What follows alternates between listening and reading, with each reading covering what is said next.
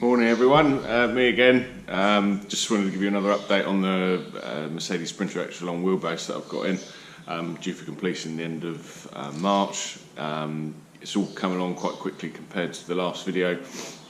The initial stage always seems to kind of look like nothing's really happening, all the insulating and stuff like that, but as I said in the previous video, you've got to get that right, otherwise it's just really not worth building a van in the first place if it's just going to be leaking heat and moisture in the insulation, all that sort of stuff. So you've got to get the insulating and vapour barrier right, and then prep to do all the cladding and building furniture and all that sort of stuff. Yes, I've been working really hard on it. I've been taking any opportunity I've got on weekends when I'm not working on the Sprinter to get started on the Mercedes Vario library.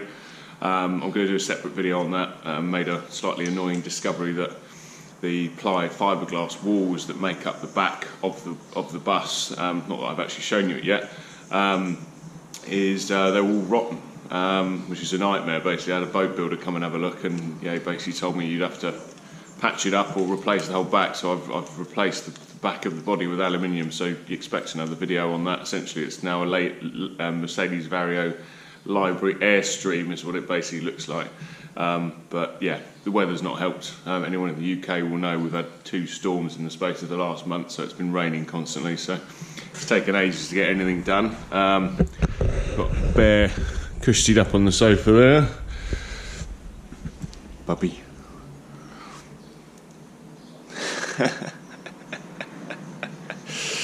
So what's this thing you're putting in my face? Right, let's go outside and have a look at the Sprinter.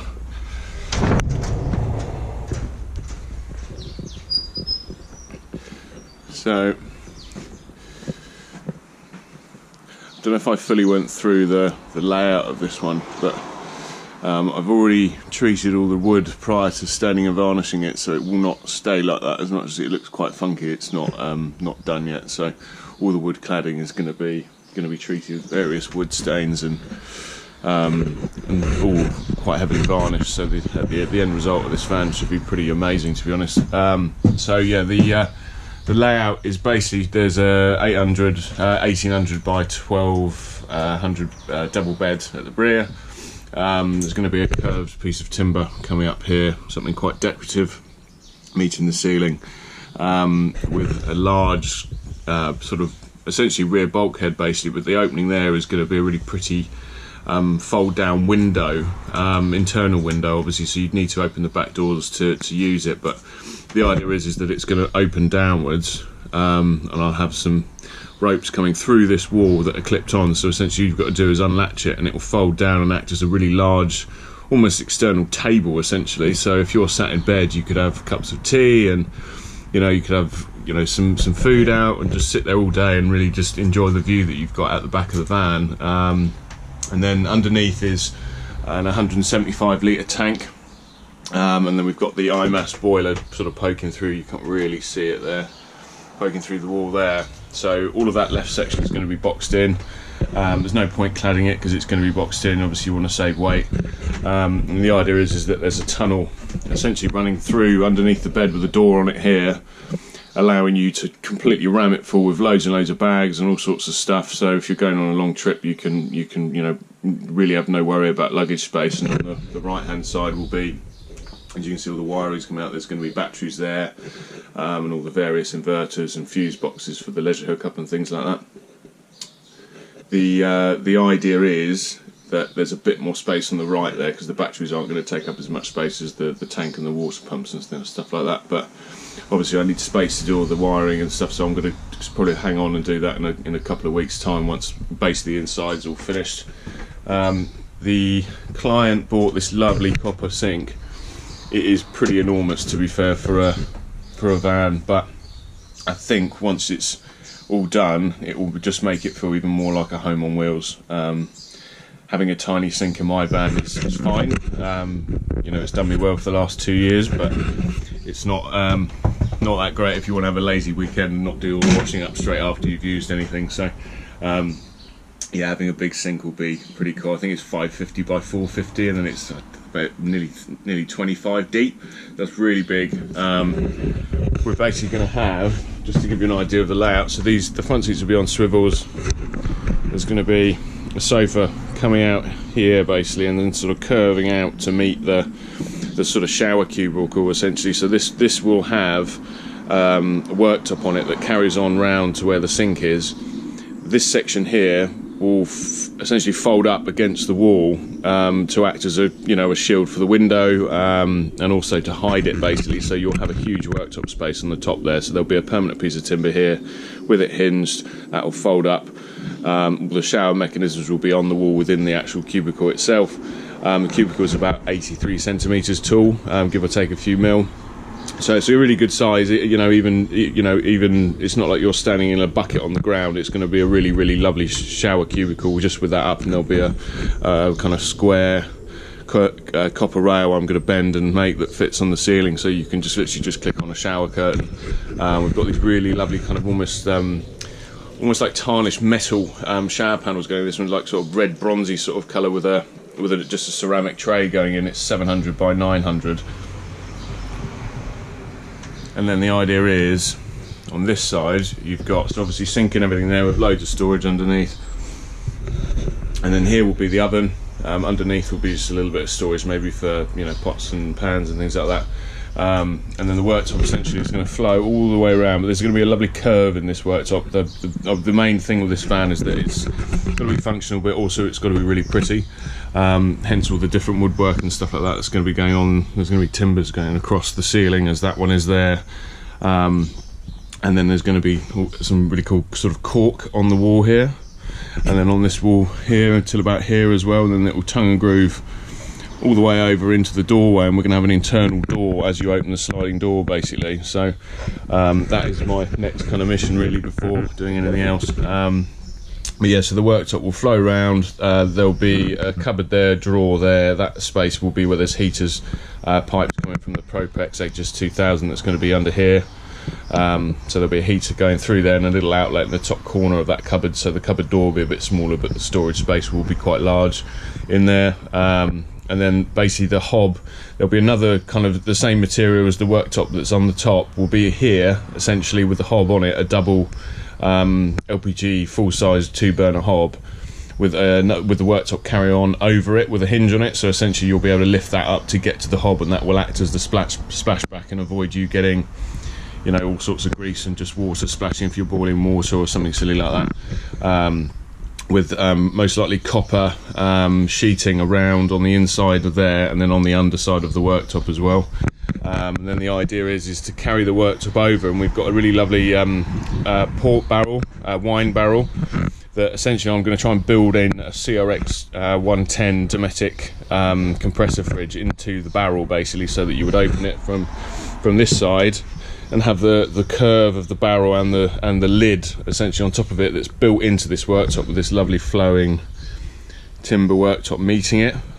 So there'll be a kind of false wall here which the barrel will be up against, so I'm going to have to chop off the side of the barrel. It's quite a big barrel, but that allows me to use as much of the internal space of it as possible to fit the fridge. And then we'll build a door here essentially. It's just obviously whether or not you kind of incorporate the step, because ideally you want the door right up against the opening for the sliding door. So I may have to carry on the floor here and just have a large sort of shoe storage space almost underneath where you step in. So it's a bit more of a step in, but at least then you've got a kind of flat level essentially for where the door would be. Obviously it needs to open inwards, so yeah, you couldn't have it on the level with the step obviously, because it would then hit the floor. So if I could stand a bit further back in here, you can get a better gist of it. So she's got 3 windows, I believe that was 850 by 450 if I'm not mistaken, and then 2 600 by 1200 windows, which are the absolute maximum you can fit on the panels on a Crafter or a Sprinter without some real jiggery pokery and cutting up the internal frame, which is probably not a good idea. Obviously the whole van is heavily insulated with recycled bottle insulation and Celotex in the floor and ceiling. There absolutely every joint is taped up, and a vapour barrier has been used essentially, so no moisture can get behind the vapour barrier into the insulation, so it will stay nice and dry and reflect all the heat back into the van basically. There's going to be 4 zones for the lighting, so there'll be 1 in the shower, 1 set of 4 in the front, as you can see poking out here, and then there'll be a galley with 2 lights above the kitchen, and then there'll be a bed area as well. There's 2 max air fans in this van, so one at the front, one at the rear, and then there's a Dometic Fresh Jet air conditioning unit that's the kind of larger opening back here, which really was a challenge to get that to seal on the roof, because it really wants to be on a flat roof of a motorhome with no lumps and bumps in it basically. So yeah, it took quite a lot of time and patience to get that to work, but I'm really happy with the result. It looks very clean and sleek on the outside. The shroud is not the prettiest thing in the world. We're hoping to spray that black, so at least it's a bit less in your face. Not really keen on having a beige plastic shroud on the ceiling when the ceiling's all stained and varnished, and looks really gorgeous. So yeah, so there'll be a pretty little door here. All the doors for the cupboards are going to be sort of timber framed with cork inlay, and then I'm planning on just doing some pretty tongue and groove panels just below the sink there, and just below the hob there, which will be kind of a dead zone essentially. So planning to put a drawer in there, and a drawer there, and a cupboard there, because there's the 240 volt socket will be hidden away in this cupboard. And I'll probably notch out a little bit of the corner of the drawer, of the cupboard door, sorry, so you can still plug in and keep the door shut, rather than having to have it hanging open if you want to charge a laptop. Ideally, most laptops these days you can charge off 12 volt. It just depends if you've got something quite high powered that you want to use. I mean, my laptop, I have to use an inverter for mine in my van. But yeah, it's coming along really nicely. She's got 3 270 watt panels on the roof, so she's got 810 watts of solar. So we needed to get a really beefy 60 amp MPPT solar charge controller to run that. It's capable of 1250, but obviously there's no more space on the roof, given I've had to allow a bit of room there for in between the 3 panels for a roof fan, and then at the rear,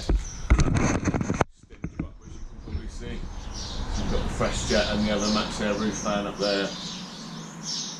So all of the roof space has been used basically.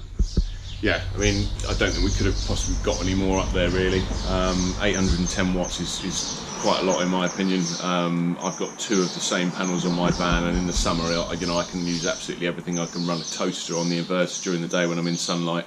And you really could just run a laptop all day plugged in without even having to think about it, so it's charged up for the evening.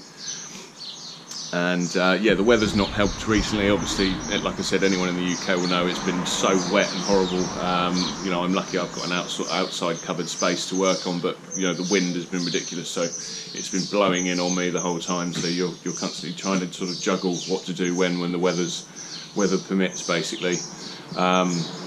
But yeah, like I said, it's an extra long wheelbase Sprinter, so it's the biggest one you can get. I'm hoping to do a video of it a couple of days after completion, and testing all of everything works basically, and making sure there's no issues before the client collects it. I will be having it back for another video once she's had all the upholstery done, because there's quite a long lead time on getting things upholstered and curtains being made and things like that. So there will be a follow-up, probably slightly shorter video, just showing the van with some cinematic-y, just some beauty shots basically.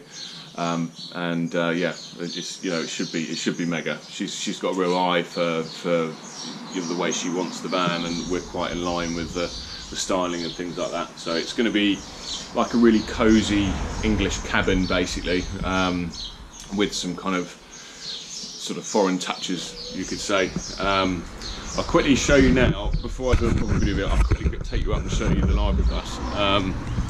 So we've got my silly car, which is now out. I'll do another video on that soon as well, because that had a load of work done recently. In the evenings I was fitting suspension and just doing all sorts of stuff, so that was a battle whilst juggling, working and also finally getting the library bus down here. So it's a Mercedes Vario 814D library bus. It's just under 9 meters long. It's a bit difficult to get a good shot of it here, but essentially the side of the van was all ply fiberglass, so I've now replaced the whole back of the van with aluminium basically. I'll just quickly give you a shot inside and I'll do a proper video of it, but just so you can get a gist of the space.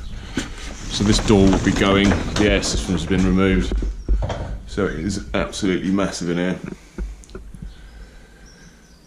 So I built all of this stud work and put all this aluminium in, and there's a lovely mess of wires there that I'm going to have to deal with. But what I'll probably do is just set up a GoPro on a tripod so that you can really sort of see what I'm doing on a weekend when I've got some good weather and all the materials I need to get cracking with it, basically. But yeah, so like I said, another video on that, and yeah, thank you for watching. I really appreciate all the new subscribers and comments that people have made. Like I said before, you know, this is a passion for me. Like I said, I used to be an estate agent and doing the whole suited and booted thing, running around, and really wasn't my bag, to be honest. So yeah, I really appreciate the support and the followers I've been getting, and I'm hoping that, you know, it will grow and grow, and yeah, you'll enjoy the videos I'm making. Obviously, the weather being terrible, it's been hard to make videos that are, you know, that are worth putting up. So expect more. I know I've said that before, but yeah, there will be more videos coming, and I'm going to try and do sort of one a week or one every 2 weeks on the Sprinter and any future builds. I've got another Sprinter coming in after this one for decoration that I did at the end of last year, so there'll be a video tour of that once it's finished mid-April or mid to end of April. So yeah, thanks again. Please check out the Van House Instagram and make sure to follow and like our videos, and obviously check out all of the pictures on Instagram and drop me a like and a follow. Alright, thanks very much for your time, and see you soon.